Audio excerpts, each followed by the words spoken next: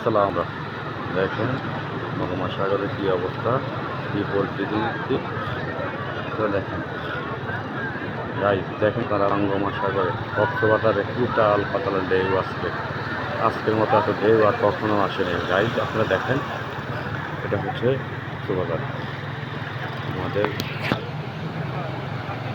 Chittagong Cox's Bazar.